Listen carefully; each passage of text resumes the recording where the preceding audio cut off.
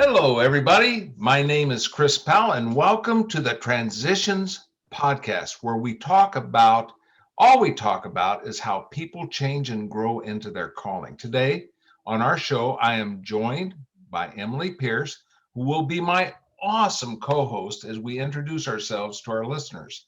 This is our first podcast. Yay! You'll want to stick around because we're covering topics like our story, where we came from, and where we're headed in this era of coronavirus, constant change, what we're doing to take advantage of opportunities that present themselves every day. We'll also talk about how to have clarity in the middle of uncertainty. Do you need clarity in the middle of uncertainty? All of us do. So I want you to meet my co-host, Emily Pierce. So, hey, Emily, thanks for joining me today for our very first ever episode podcast. Why don't you share something about yourself? Chris, thanks for joining me today as well. I'm very excited for our first episode. So a little bit about me. I was born and raised in New York. I lived there until 2019, and we moved down to South Carolina. I'm married and have two dogs, Snooky and Hunter. I have my bachelor's degree in criminal justice, and I'm getting my master's in mental health counseling. Good. So you mentioned you grew up in New York. What brought you down to South Carolina?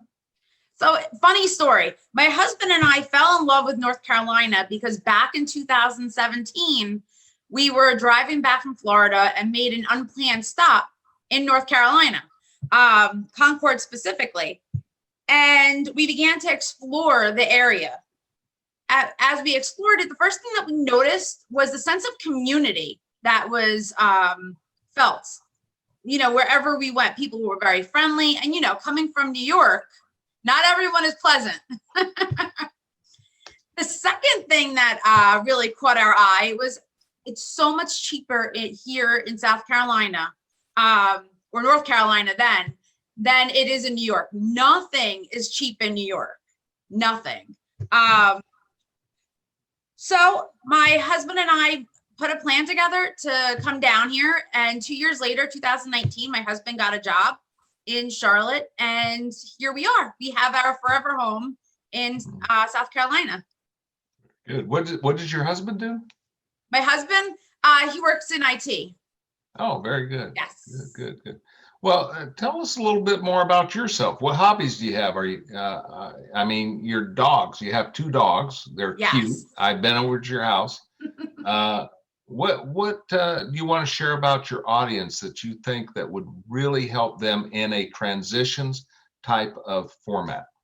So there's many things that I love to do. One of them is exercise. I love CrossFit. I love running.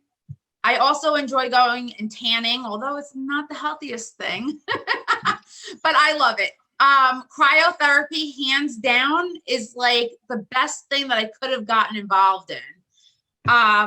And whoa. What's cryotherapy? What is that? Cryotherapy. So you ready for the secret? Sure. Are you ready for it? Sure. Okay. So cryotherapy is where you get in something that looks like a tank, a stand-up tank, and they shoot cold nitrogen on you for 3 minutes. Really? At 3 minutes at negative 330 degrees Fahrenheit. Now, wow. Our audience and you are probably wondering why I would do such a thing. Yes, I am wondering why you would do such a thing, as a matter of fact. Why don't you tell us? Well, it not only helps decrease inflammation, but it helps to also reduce anxiety, improve depression, and it has a lot of other added benefits as well for exercise. So a lot of people experience, as well as myself, delayed onset muscle soreness. And it actually reduces the time that you'll actually feel that muscle soreness, if you'll even feel it at all. Well, that's kind of interesting because I actually stepped out. I was taking some stuff down the back stairs last night and I missed a step and I fell. Uh-oh. And I am telling you, I could use that right now because my leg and my knee are just banged up. So, Well, I'm sure that Invigorate, the place that I go to in North Carolina and Charlotte, they'll love to have you. I'll bet they would. Yes. But so what's a funny story you can share about a transition in your life that you can share with our listeners that didn't seem so funny when it happened, but you look back on it now and you can laugh at it? A funny story. Yeah, funny story. Well, I have a lot of them. Just one, the one that stands out the most. Oh, so here's a really funny one. Actually, I'm a TikTok fan. And my husband one day, I guess, played along a little bit until he found out the joke was on him. So what I did was I took a plate of ketchup, I put salt on it, I put my hand over it, and I was like, you can feel the heat coming off of that. So I said, why don't you try, Jason? So he put his hand over and I slapped his hand down on the ketchup. Oh, it was funny to me, yeah. not to him. Yeah. Wow. Yes, that's a funny story. It is, isn't it? Yeah, it is. So COVID's been really difficult for a lot of people. And as a matter of fact, what's your take? What have you done during these trying times to create opportunities for yourself instead of just being stuck? So I've gotten involved in more community activities. Believe it or not, people are still out and about in South Carolina anyway. Our restrictions weren't too terrible. And I got involved in the Rotary Club. I was just appointed to the Health and Wellness Commission for Lancaster County, which I'm super excited about. The opioid, South Carolina's opioid committee, I'm a member on there. And with you, I mean, it presented the perfect opportunity to get out there and do this podcast with you. Mm-hmm. So this is a little sensitive, but you've been going through some rather challenging times yourself personally. I have. Are you open to sharing anything on that? Yeah, I think that it's probably better suited for a whole podcast, but absolutely. So over the past year, I've been trying to get pregnant. And my husband, well, we've been trying to get pregnant. And we went to a fertility doctor and we had gotten pregnant through the fertility doctor. I'm messy. No, that's fine. Keep on going. You caught me off guard. So I know. I'm really good at catching people off guard. So, and when we have guests, you'll see this happen. I'll ask a probing question, and they'll go, "Well, let me think about that." So back in May, we started the protocol to do an IVF transfer. In August, we did the transfer, and I did get pregnant. Unfortunately, I lost my baby not too long after that. And that was due to a medical issue, which is now resolved. I'm excited, but it was very difficult. And I did have to have surgery afterwards. But I think that there's a learning experience there. I learned a lot of different things about myself, about, the pregnancy itself, and we're moving forward. Yeah. What helped you now? You still may be in a grieving posture because that just happened, what, a couple of months ago? A couple months ago, yep. Yeah. So what is your emotions like right now, and how are things, what are some of the things that are helping you through? And I don't mean just coping. I mean that are actually helping you and supporting you through this time. So I think the first thing is I try to look at any adversity in my life or, issues that come up in a positive way. So I try to, like with the pregnancy and having a miscarriage, well, there's a lot of things, not that it's my fault, but there's a lot of things that I would do differently. I probably wouldn't listen to the doctor as much saying that I should exercise. But So there's a lot of things that I learned about it that will make me more comfortable going into, the next one when we try again. The other thing is I look at it as a challenge. So how do I get over this part of my life? Like, what can I do to come out a better person? And those two things really, really helped me a lot, as well as getting back into fitness and doing things for myself. What did you have a support group to help you through this? Was there anybody there that you could rely on and talk to? Family, friends, church, or anything like that? So I had an awesome support system. Chris, you and Carla. I mean, we're awesome. I really appreciate how you guys help Jason and I out, and we're really there for us. But not only that, but there were a lot of not a lot, but some community members that I know that I'm friends with, and were there as well. And while I'm a private person and I don't really talk a lot about what's going on, they just knowing that I could pick up the phone and call them if I needed to, or you and Carla, really helped me. Good.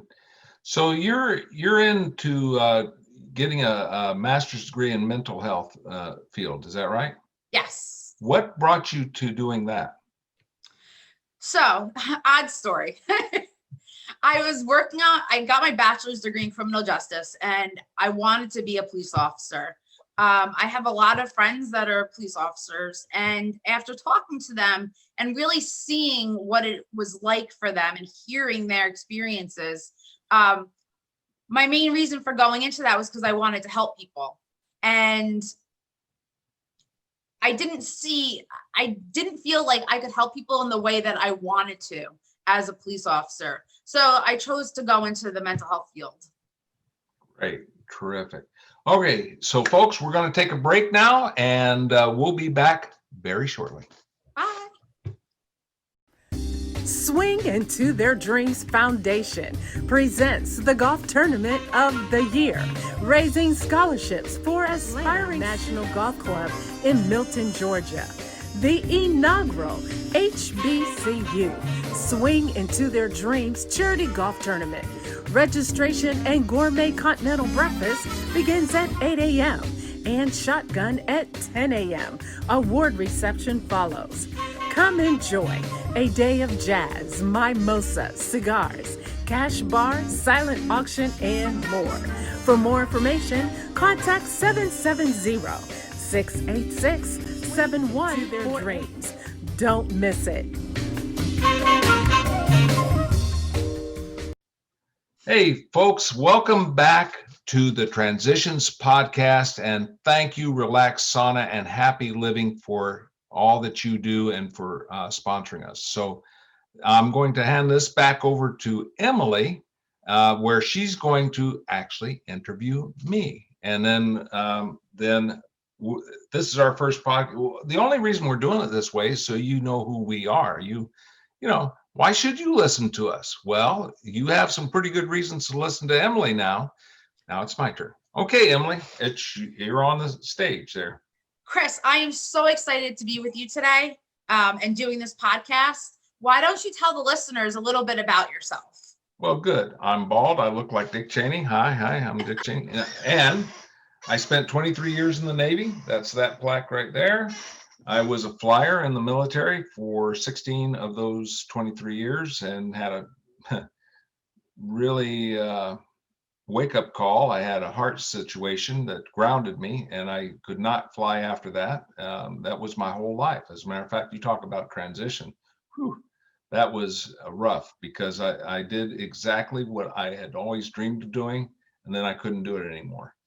And then after 23 years, I exited the Navy. I retired honorably, I might say. And that was a transition. That was another wake-up call, because all I'd lived for was the government, not the government, but the country, and for the military. And that was my life. And now I'm all of a sudden in the civilian sector. If you have not gone through that, that is an excruciatingly painful time for most military people. And that's why I love doing transitions coaching and things like that, so that if you're in a transition, I'm a professional coach. As a matter of fact, I have 3 master's degrees. 2 of them are Christian ministry. That top one in there is a life coaching master's degree through Liberty University. So, and then I'm also certified as a life coach through the John Maxwell team. So I have quite a few credentials. So if anybody needs any help, just reach out. I believe we have our website up, and just so you know, our email is transitions. What is it, Emily? Transitionspodcast7@gmail.com. Transitionspodcast7@gmail.com. So, after I retired from the military in 95, I went through several positions, I guess you would say. I worked for the U.S. Chamber of Commerce. As an employee, I actually was a membership director. I worked for the Hampton Roads Chamber of Commerce. I owned my own businesses, several of them. I also worked for a medical center where I was the occupational health representative for a pretty large medical center that's attached to Johns Hopkins University Medical. One of my businesses was business coaching, which I had done back in, about 10, 12, 15 years ago. And I've pretty well maintained that all the way through. So I've got quite a bit behind me. And as far as my transition, the one that by far is the hardest was the loss of our daughter on Good Friday in 2018. Absolutely rocked my world. As a matter of fact, it got me stuck. That's one of the reasons why I felt compelled to do this Transitions podcast, is because I was stuck for so long. And I really didn't have anybody to talk to. We had just moved into the area to support our grandchildren. There was nobody there for us. And so we don't want that for you. We want to make sure that you are fully supported in your transition. And by the way, just so you know, everybody goes through transitions. This too shall pass is a great statement. That's actually a biblical quote. This too shall pass. Whether you're on the very up top, this too shall pass, because there's ebbs and flows in life. If you're at the very bottom, this too shall pass. But staying at that bottom is not healthy. And that's why we want to do these podcasts. Well, thank you, Chris, for your service to our country. I know that I appreciate it, and all your listeners appreciate it. You told us a lot about your work in education, which is very, I forgot the word. That's all right. It's very Impressive. That's what I was. Oh, impressive. Yes. Okay, good. It's very impressive. Why don't you tell us a little bit about maybe who you live with? Do you have any animals? What are your hobbies? Yeah. Okay. So I live with my beautiful wife. Now I'm 66 and she's 27, as it should be. But we've been married 43 years, so that's okay. And we also have a little animal, a little doggy named Emily. And no relation to you, Emily. We named her before we met you. So, and it's spelled differently too. So, but she's cute like you are. So, it works, Aww. Right? So, so my favorite hobby is fishing. I haven't been able to do that too much recently. I am the caretaker of my wife. She is disabled.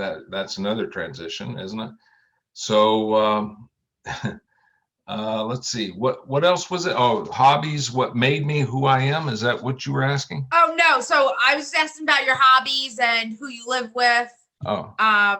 And then I was going to ask you another question. Oh, okay. Go ahead. Ask me the other question. So what made you sign up for the Navy? tell our audience about your experiences and how they've helped mold you into the person you are today. Okay, good.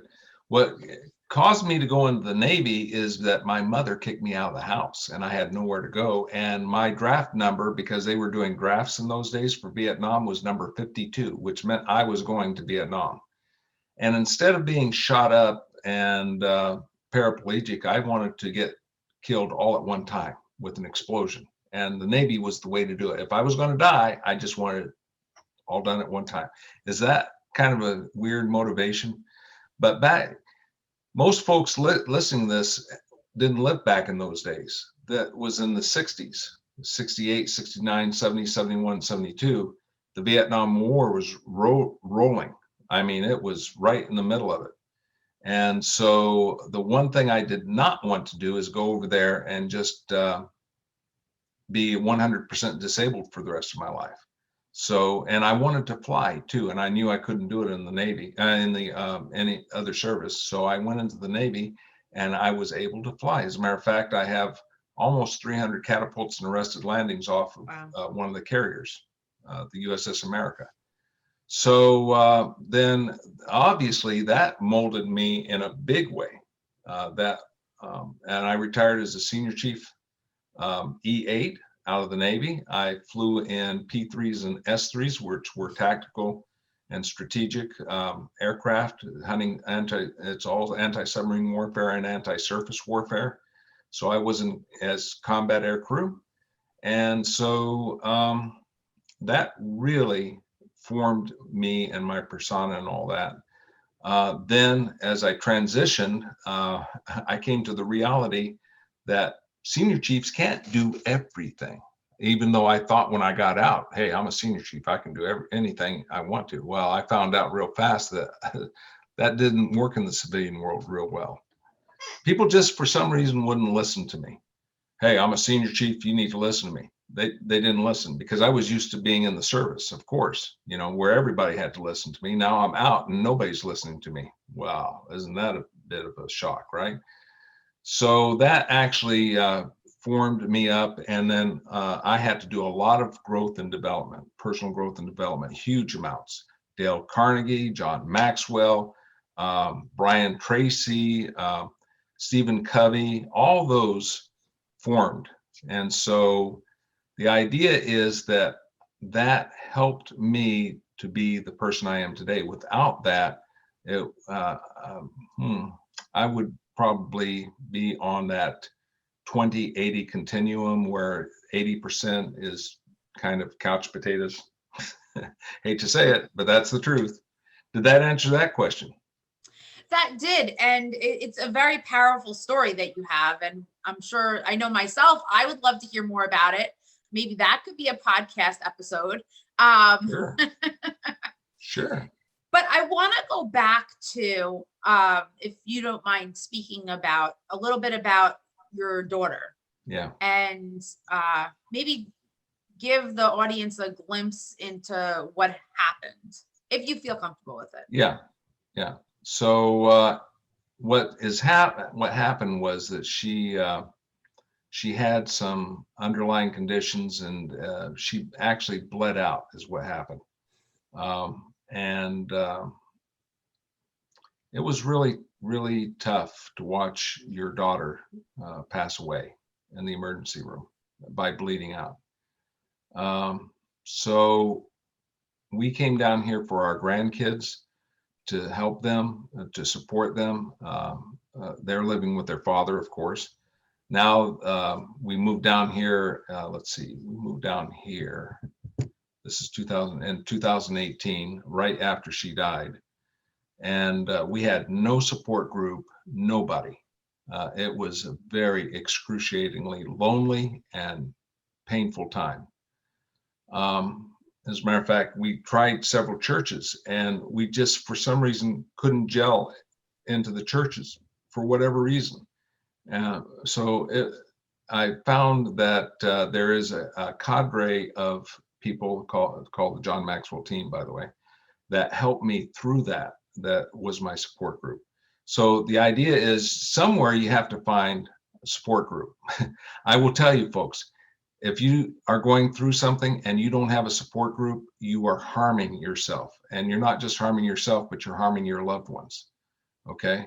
And let me tell you this too. My wife was actually grieving the same time I am. So we're both grieving and we have nobody except ourselves. Well, we're through it, but we could have probably shortened that timeline down to 6 months instead of 2.5 years. Does that make sense?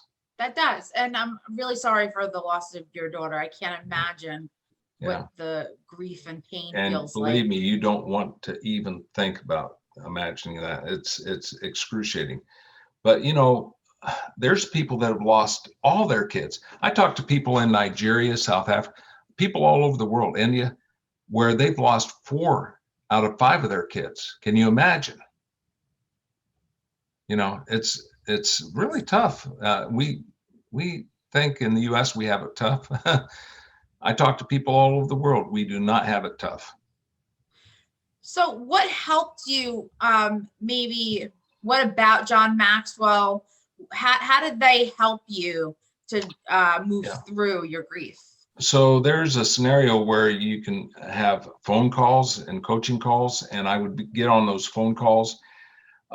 They did not directly address me and my grieving. They encouraged me. They supported me. They advised me. They were always there for me. One of them in particular, Barbara Littles, really stepped up and really connected with me on a personal level outside of the coaching calls. And what I mean, there's group coaching calls in the John Maxwell team.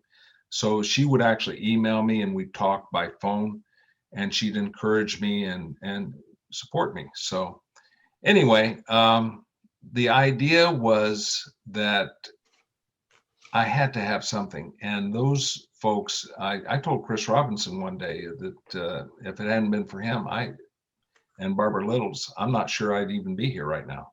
Wow. Yeah, because it was so, you know, support's funny. It does not actually always have to be direct, okay, where you're talking your problems out. It's just somebody to talk to about something sometimes. Does that make sense? Yes, it does. It makes perfect sense. Yeah. Just knowing that somebody is there is support in itself. Knowing that you can pick up the phone or, you know, email or text is support in itself. Exactly. And very important, as you said. Mhm. We have about 5 minutes left, a little bit less. And why don't you talk about, Chris? By the way, thank you for sharing that. I know it must be difficult. Yeah, it's painful pretty much every time I talk about it. But you know, hey, here's another thing. Talking about it is a good thing. That's a therapy. Yeah. So go ahead, Emily. So why don't you tell our listeners about who we're having on episode 2? Okay. Mark Barrett is a good friend of mine. As a matter of fact, I'm mentoring him. He's been in prison as a felon twice. He's had accidents that almost killed him. He is just coming out of prostate cancer treatment. He is, I'm arranging for him to come on our next podcast. Very powerful, very powerful. He doesn't even realize how powerful he is. Emily, you saw him yesterday, right? I did. He is. He's very powerful, and he's able to connect with people he doesn't even know he's connecting with. Exactly. And he comes from a transition. Can you imagine coming out of prison twice? That's transitions all over the place, isn't it? So he's going to be sharing with us, and then I'm going to try and see if I can get my friend Dr. Paul Hardy up in Virginia Beach, which is an authority on this, on transitions and addictions and all that. And so we're going to have some pretty exciting guests very shortly. I'm very excited. So I think that wraps it about up for today. Yeah, I think that's pretty close. What's a final thought or two from you, Emily? A final thought or two. Yeah, I catch you off guard. I'm really good at catching people off guard. Again. No, I'm excited for this podcast because I think we're gonna reach a lot of people. and we're going to be able to help them through it.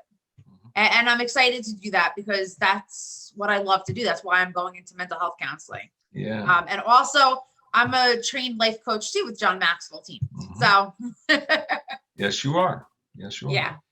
And by the way, just so you know, I think you're doing this too. I'm not sure, Emily, but I'm going to be starting to do some workshops called Change Your World. They're values-based transformational workshops.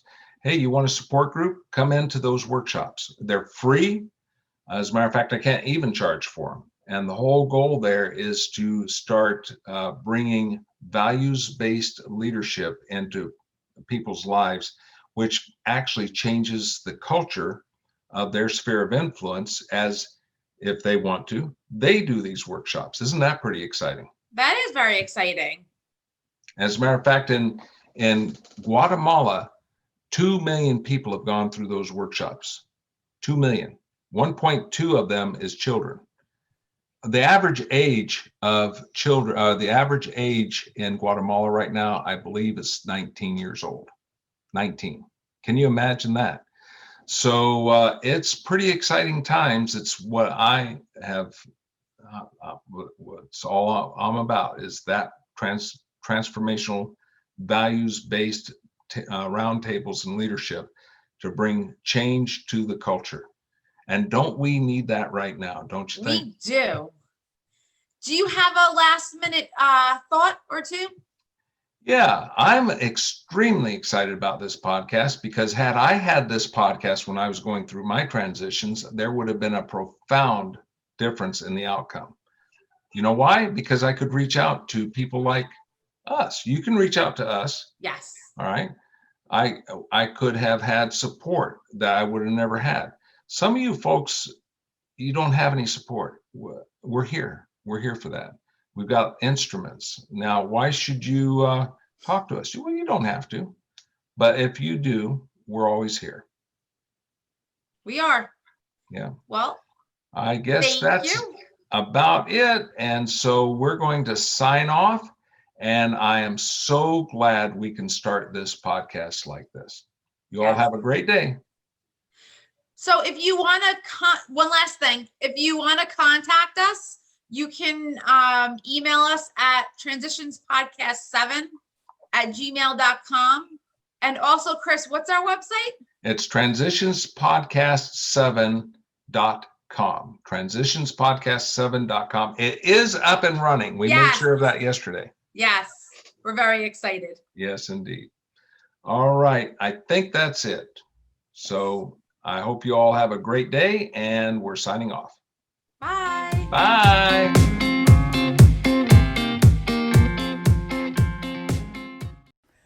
Swing Into Their Dreams Foundation presents the golf tournament of the year, raising scholarships for aspiring National Golf Club in Milton, Georgia. The inaugural HBCU Swing Into Their Dreams Charity Golf Tournament. Registration and gourmet continental breakfast begins at 8 a.m. and shotgun at 10 a.m. Award reception follows. Come enjoy a day of jazz, mimosa, cigars, cash bar, silent auction, and more. For more information, contact 770-686-7143. Don't miss it.